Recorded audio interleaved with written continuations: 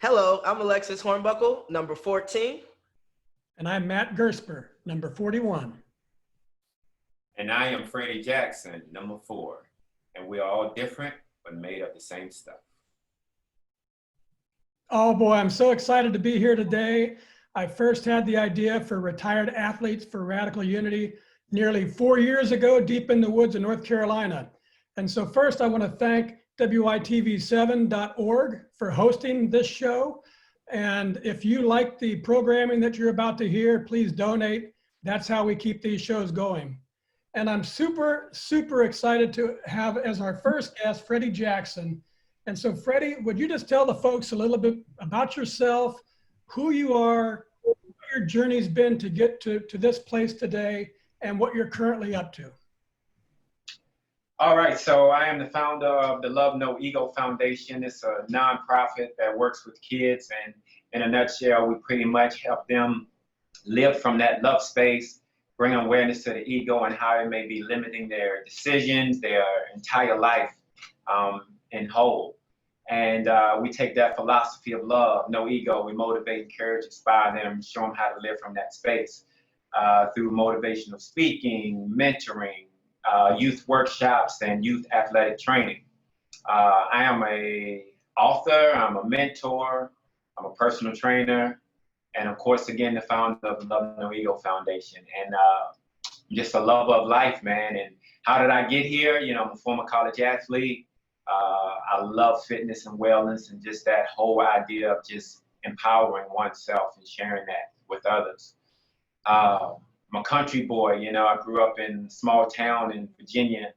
Got to travel all over the country, a little bit out of the world, out of the country internationally. And I'm back here now in Virginia running this nonprofit, doing purposeful work, helping others, being a mentor and being a mentee at the same time. So I'm just loving life, man. It's great. What was the catalyst that got you into doing a nonprofit, especially, you know, one called Love NoEgo? Well, you know, I think I'm a firm believer. When you speak on something, you know, you had to have had experienced that thing or parts of that thing. So my own epiphanies, man, like just realizing the decisions that I was making and living and the mistakes that I made living from my ego, how the ego kind of got in the way and blocked miracles and blessings and opportunities. You know, the way we treat each other as humans, the makeup of the world, the politics, the political climate of the country. For me, you know, I'm human first. So all that has always been ridiculous to me. You know, like I don't understand. I get it, but I just don't like when the categories and the subdivisions of life override being human. So my own epiphanies, the political climate of the country, the way we treat each other as humans, all of it, the way that, like say, for example, I love sports. I didn't like the way sports was going. I like music. I love music. I didn't like the music industry. Everything was ego driven. And I just saw a need for more love, less ego. And it just came to me like that. Was there a catalyst that, I mean, one moment you're living from your ego and then the next minute you realize, wait a second, this isn't the right, was there something that happened in your life that caused that? A couple of things happened, but I felt like I've always been living it, even when I didn't know I was living the Love NoEgo life, you know. But struggles after struggles with relationships, with intimate relationships, just not having that understanding and that communication, and the ego being in the way of blocking the fruition and the miraculous moments of being in a relationship. You know, the ego was in the way and kind of blocking those things. Like, you know, relationships wouldn't last. Basketball, for example, in sports, I became, one particular incident, I became more concerned with being on the front page than I did with playing the sport I love, to give you an example. So I was more in love with the fame side of it and being recognized and progressing myself. I was playing for the name on the back of the jersey and not the name on the front. You understand? So a lot of moments, man, a lot of moments. So to put me in this space that I am now, you know, I'm very grateful that I did have those moments. You know, I'm able to speak and I'm able to inspire in a different way and how the youth kind of see their natural gifts, you know, and also become aware of the ego and how it may be limiting those natural gifts. Yeah. So I have a question for you, Freddie, since this is my first time meeting you. Nice to meet you, by the way. What was your initial response when Matt told you about RAFRU? And then also, like, what do you think about like our website and our team gear? And what are your hopes by sharing your particular Unity story? You know, like when he first told me, you know, I was super excited. I'm super excited right now. Like this is, I don't want to call it easy work or easy, you know, it's really comfortable to talk about. It's really, its purpose is very like purposeful. Purpose, Right. purposeful. But, you know, we have an opportunity to combat all the things that's going on in the world. You know, the world's a hot mess. And so it's a great thing. It's great people. It's a great story. And it has a great purpose. It's bringing people together and it's actually promoting a message of unity and showing that, you know, like there are great stories out here and these stories show that we actually need each other as humans. Like everything I've ever learned, good or bad, came from another person, right? So we actually need each other to progress. You have to be the mentor, you have to be the mentee. So when he came with this idea, I was like, yeah, no problem. I think I had my essay ready the same day. Like it was ready to go. It was easy, huh? Well, thank you for joining our mission to improve the unity one person at a time. We really do appreciate it, and we need like-minded individuals to continue to help us because like you said, you definitely, especially as athletes, we're all former athletes, like we're used to team environment. We're used to not only holding our own, but also uplifting others and being uplifted. So thank you again. You're welcome. And I love the website. I love the logo. I love everything about it. You know, I can't wait to be a part of it and rock some of the gear and just talk about it and share it, you know? Right on. So if you're listening, what we're doing at Retired Athletes for Radical Unity is not trying to boil the ocean and solve every problem that there is going on in the world, but rather just simply share retired athletes' unity stories about their lives, about how unity was the focus in their athletic life, not the divisiveness of race or economic status or not differences. It was about unity and teammates, not differences. And so Freddie submitted, he's our first story that's going to be published besides Alexis's and mine. And his is titled, We're Pioneers, Race Didn't Matter. And so Freddie, I have two questions for you. Give the listeners the highlights of your story, but just enough so they'll rush to our website, RAFRU.com, and want to read it immediately following the show. And tell us the number one or number two message that you hope to convey to anybody who reads it. And then number two, what has been your experience since you started thinking about writing it and then actually putting pen to paper and now thinking about it, about those days at Point Park University back in 2000 with what you called the most diverse group of young male athletes ever in school history? Yeah. So the readers, the viewers, they have to go and read this story because this unity story, because imagine individuals, athletes coming together from all different areas of the world, not just the country. I'm talking Macedonia, Africa, Country Boy, Virginia, City Slicker, Chi-Town, Chicago, Tennessee, like all this stuff coming together, right? And all of us were transfers at that. Woo! Coming from D1 schools, you know, hey, a little bit might have a little bit of ego to deal with, you know, but a lot of egos to deal with, but we came together for a greater cause, for a greater purpose, and some wonderful, wonderful, magical, monumental things happened and occurred that we are still celebrating to this day, 20 years later. You know? So the second part of that question, what was that, Matt? So I asked you if you'd write an essay, you thought about it, you wrote about it, and now it exists and it's about to be published. What have you thought about it since then? How has it affected your life and your spirit since then? Well, I actually told one of my friends about it last night, who's in Arizona, who was a part of that, not that team, but he kind of came on as a practice guy from time to time, a couple semesters. But I told him about it last night, and we got to talking about just being human. And it got us and got me personally thinking even further, like with this mission of love, no ego, the unity story, this whole purpose of this interview and what you're doing, Matt, and the great things you're doing. It just brought me to a place of gratitude. It has me more thankful. It has me more hopeful, you know, because there are a lot of stories going on just like this. And this is a perfect platform for us in the world to hear about it.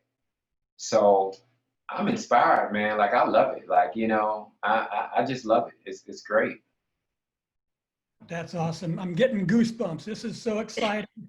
I think this is the whole thing we're after, is just sharing how life was and how it can be when we're on the same team and when we're focusing on what brings us together rather than what divides us.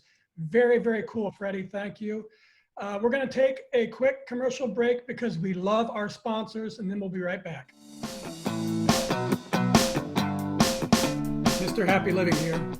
I love good things made by good people. That's why I love Casandrino's oil, made from olives soaked in the Grecian sun for months and picked by hand with care. You'll love it too. Grab a bottle today and get 50% off your first subscription order. Shop the World Wide Web at casandrinos.com. That's KASANDRINOS.com.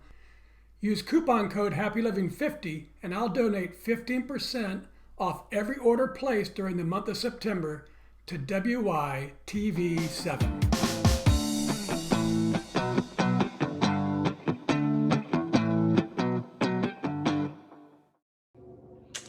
And we're back. Thank y'all for listening in. I do have a quick question, Freddie. As soon as we pop back, this popped in my head. So how have the lessons that you learned as an athlete, being an athlete, in the particular Unity lessons helped you to become more of a successful person?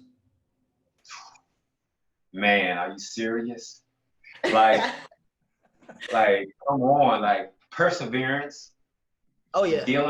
Dealing with failure, dealing with losing and winning, competition. Like, whew, that's everything life throws at you. You know, right. You're gonna lose some, you're gonna win some. You have to learn, you have to grow, you have to be willing to persevere, and you have to like keep going. Like it's as simple as that sounds. Mm-hmm. Like sport, like teach you all of that. Like all of that. Building relationships. I've taken everything that I've learned from sports and directly over to life. Like completely. I think every athlete kind of it just happens. It's automatic, right? You can't help it. That's kind of what makes us dive into being athletes. That's kind of what holds us, because we're challenged every day. Every day we go to practice, whether it's football, basketball, soccer, whatever, you're in situational things, or you're scrimmaging, or you're practicing certain plays, and you really adapt to learning how to lose really quickly, because you lose a lot of those battles in practice more so than you do to a game. So we always say that, you know, practices are supposed to be harder than the games. The games are the fun part.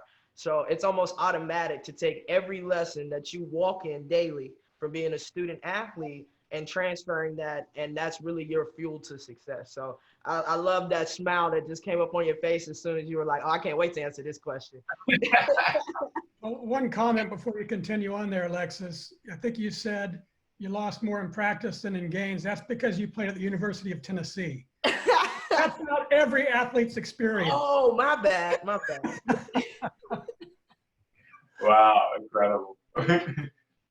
Very good. Well, Freddie, tell us a cherished story about your teammates that's not in your Unity story. Ooh. I cherish. Big memory. One of those funny or That's not my Unity story. it's not there. Something new. Oh, I have a couple. I have a few I need to choose. So, my good friend, Dexter Young, is from Chicago. You know, Chicago is all basketball. You know, they love some basketball. Like, you know, and he was dealing with some personal issues. He was going through some issues as far as personal development and making the right choices. Where does he want to be? Where does he want to spend his career? And he called us all together. One evening, we met down in the recreational center, and he said he was walking away from the game. He said he's going back to Chicago. He's going to get his life together. He's met his wife, and God is calling him. He said he's going back to Chicago. This was probably in the middle, maybe towards the end of the season, about Sweet 16 run, mind you. Go read the story. And we were like, what do you mean? You know, and you know, he walked out, meeting adjourned, and later that day, we saw him in the, not the cafeteria, but one of the spaces that we had for dining. And we all sat together again, and we were talking, and we just simply kept it honest and real with him about commitment, about team, about brotherhood, about respect, about the love. And he was able to see where he was making his decision from. And like a lot of fear was pushing him away into this area, and pushing him away from the game and from us. And he decided to stay. And I think that was a great moment to where we even bonded even more. And if it wasn't for that moment and others like it, we wouldn't have made it to the 316. Awesome. Now, I'd like you to make a prediction. I want you to think about your 12 teammates and predict who you think will be the first to follow your lead and share their Unity story with us. Ooh, man. Khalid Loda. 6'10", Morocco, Africa. Big guy, very humble, very human, loves life. Yeah, he'll give it to you. Awesome, awesome. All right, Freddie. Now we're just going to kind of shift a little bit. I want to throw some rapid fire questions out at you. I mean, I really only want you to take about 3 seconds, maybe 4. I mean, you know, first thing that comes in your head, that's what I want to hear, okay? Let's do it. All right. What's your favorite sport and why? Basketball. I played it all my life. Okay. Who was your role model growing up? My mom. What was your favorite place? Where is your favorite place in the world? In nature, next to water. Nature, water. All right. What's your favorite movie of all time? John Q. Oh, love it. If you could spend one day with any person in history, who would it be? Just one? Just one. Just one. Just one? Come on, man. Dead or alive? Dead or alive? Okay. All right. Dead or alive? Dead or alive. One person. Countdown. Tupac. Ooh, tough. Can I say why? Of course. Why? Tell me why. you know, he's that wild, caring, humble Gemini. He can make you laugh. He can make you cry. He can make you hit. Like, he has a lot, and he was only 25, and he did so much. Yeah, that's true.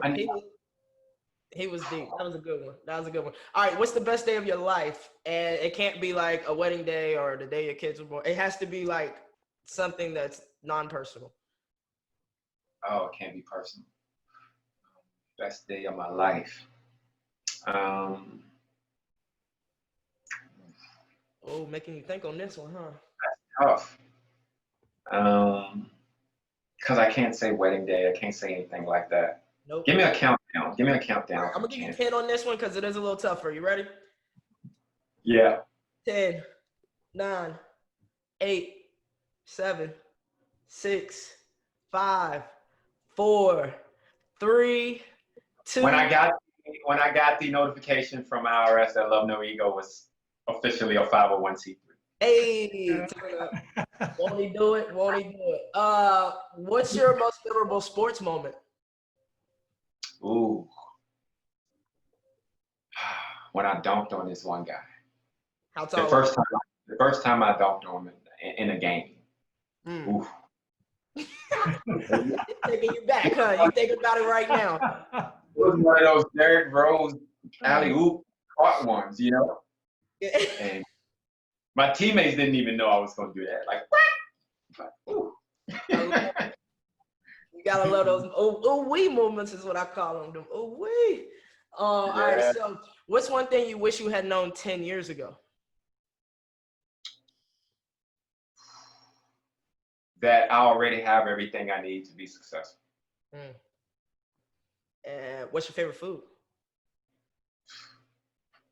For real. As much as I like to eat, I would say cake. Everything. You going with cake, bro? Oh, man. Like, I do vegan a lot. I do keto. Like, when I go to church, I have to go all in as far as vegan, as far as keto. Right. Mix it up. So, like, I have a cake downstairs right now. I have 2 of them, actually. So I have to go cake. It's okay. Yeah. I got you, man. I got Chocolate, vanilla, 2-layer, 1-layer. It don't matter. Hold on a second. I have a comment. We are not made of all the same stuff. No cake here. Hey, I just had some cake the other day. I can't say nothing, but I don't eat sweets like that. I will say that. I'm more candy. All right. I think we got time for maybe 2 more questions. So, what is one hope that you have, like, coming into the next 10 years for us as people, as a nation? You know, I really pray that we develop and get the understanding that, like, really get it on a collective mass bubble, that we are actually all together. What I do affects you. What you do affects me. I know that's a broad thing, but, you know, hey, it's almost 8 billion people in this world. And if over half of us make that pledge, if you want to call it, to practice, to, you know, being the best you wake up today and you be the best you today, tomorrow's going to be fine. Right. And I just pray on that piece, because if we have that peace and we develop that joy that no things can take away from us, then we'll be fine. But we're connected to so much and so many things besides one another. So that's my faith, my practice. I don't use the word hope too much. Okay.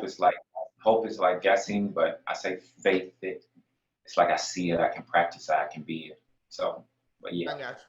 I got you. Well, on that note, I'm going to leave you a couple more minutes just for you to kind of share any parting marks that you have from joining RAFRU to even about Love NoEgo, and just anything that you want our listeners to know or hear or learn.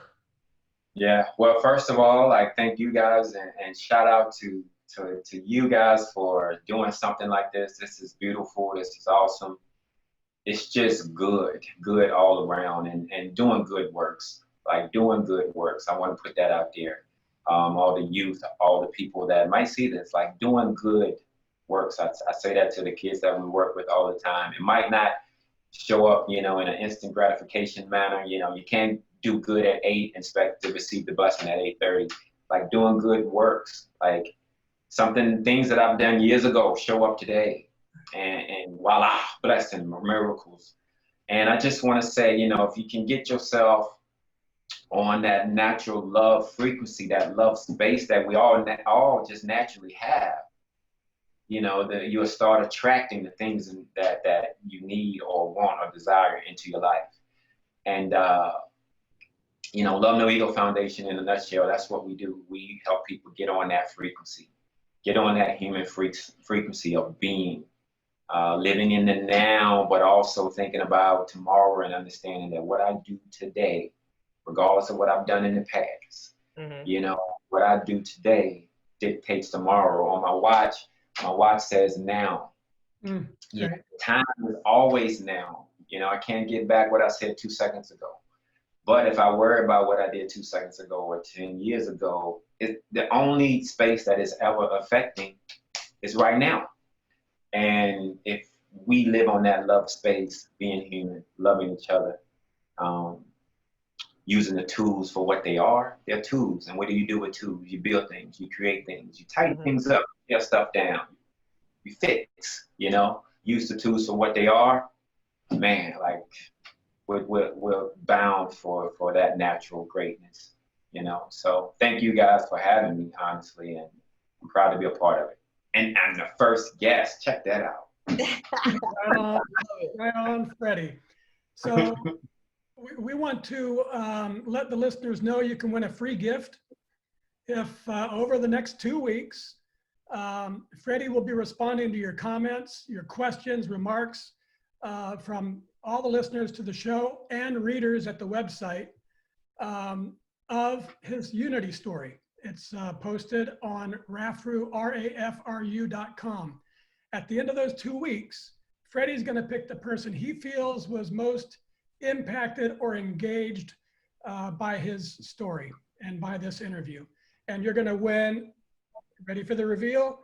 You have a chance to win a RAFRU t-shirt or hoodie. So get engaged, check Freddie out. And that's it for today. So I want to thank you, number 4, and you, number 14. And I want to thank WYTV7.org. If you love this programming, please donate what you can when you can. I want to thank you, listeners. Go to RAFRU.com to find Freddie's Unity story so you can engage with him and win your free RAFRU gear. You'll also find links to websites and social media and all things Freddy Jackson. Find him, friend him, join his Love NoEgo Foundation. So for Alexis and Freddie and me, we appreciate you. We thank you for listening. We do what we do here at Retired Athletes for Radical Unity because we want you to feel and spread the unity with us. So till next time, I'm Matt Gersper, and this is 14 and 41, different, but made from the same stuff. Bye all.